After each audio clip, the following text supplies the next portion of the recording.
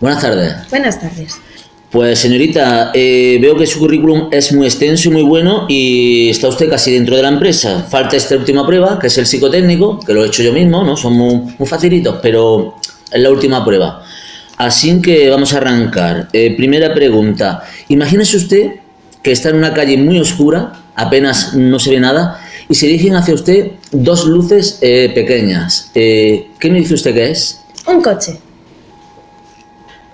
Sí, un coche, pero... ¿qué coche? ¿Un Mercedes, un Renault, un SEAT? No sé.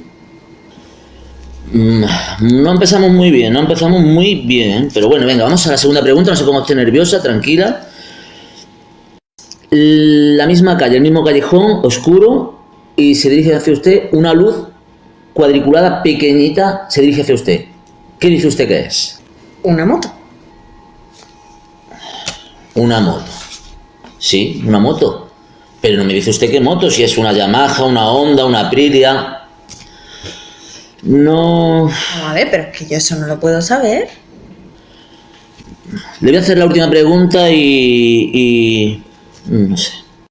Mismo callejón, está ya muy fácil, mismo callejón, igual de oscuro. Y una luz igual cuadriculada, pero más pequeña que la anterior.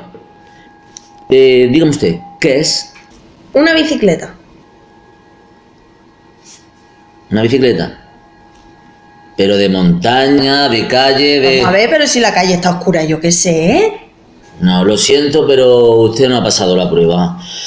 Su currículum era muy bueno, pero estos test que son muy fáciles no lo ha pasado usted, así que no está usted dentro de la empresa. Lo siento mucho. Lo siento.